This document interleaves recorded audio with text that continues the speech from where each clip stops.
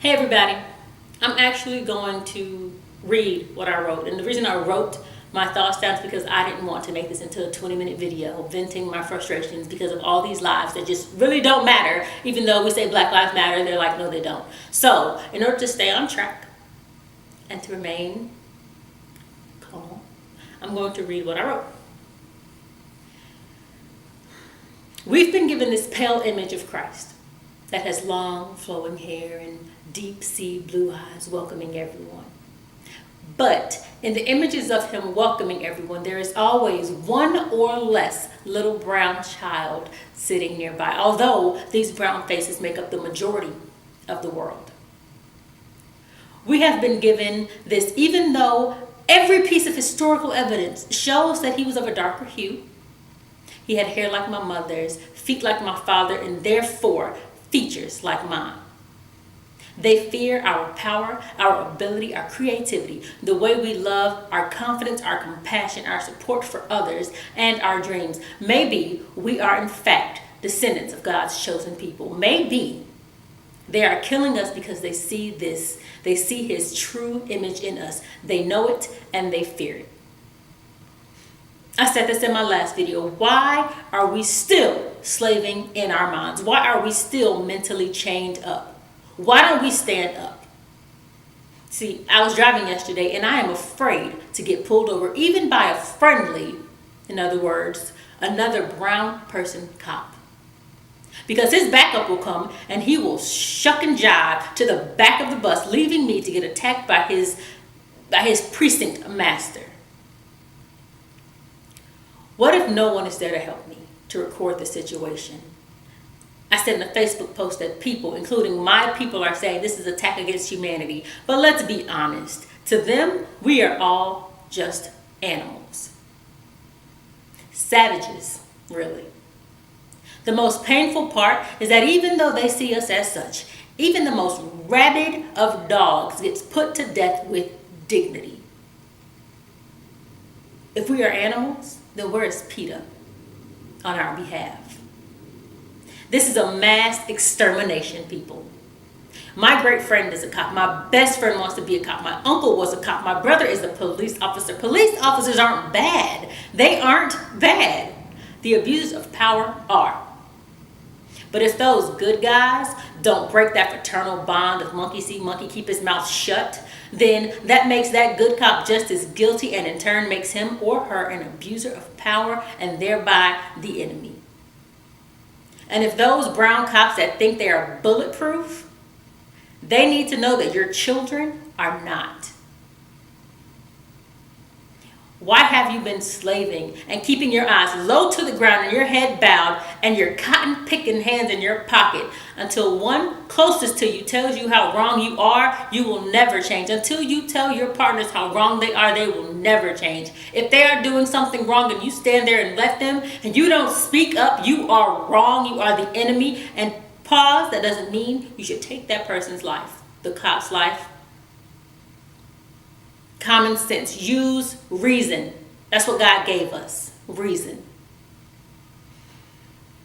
Until those good police officers start making a stand against their wrong counterparts, we are, as my grandmother would say with a little twist from Brandy, dead in the streets. And before you go talking about black on black crime, when we kill one of our own, we get punished to the very extent of the law. When we harm a dog, a unicorn, or a police officer, a pale person, we get shot or we are incarcerated for life.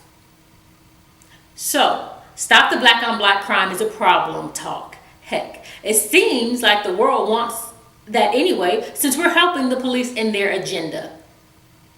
So, I said all that to say this. The difference between black on black crime and the police on black crime is that we get killed or imprisoned, or we get killed in the prison. They get suspended with pay and either a slap on their wrist or a high five or a pat on their butts. People keep saying, but what about your acting career? What about your acting career, Brandy? You can't speak up because what about your acting career? What about my life? What about my son's life? What about my husband's life? What about my daughter's life? They're killing women too. What are we going to do? I'm finally hearing people with platforms speaking on boycotting. Why aren't we boycotting? I'm getting off subject. How can we take action of the civil rights movement and the LGBT community and make change like they did and they do? How can we take their lead, use their blueprint to get things done? See, apparently the LGBT community is doing something right to get things changed. Why are we still in last place? How do we gain ground and not get put under it? I love you all. Brown, pale, orange, purple, pink, green. Well, maybe not green, because green means you're sick and I really don't want to get sick. But I love you regardless at a distance. This is not an attack on anyone or any race or creed. This isn't an attack at all. It's a plea, an eye-opener, a need for survival. A need for survival from mass genocide. I look forward to living with my Heavenly Father, but I want him to take me and not someone else to take me out. Bless God, and may He bless you so that you can bless others. And the last thing I'll say is regarding the lynching, and this isn't even written down. The lynching in Piedmont Park.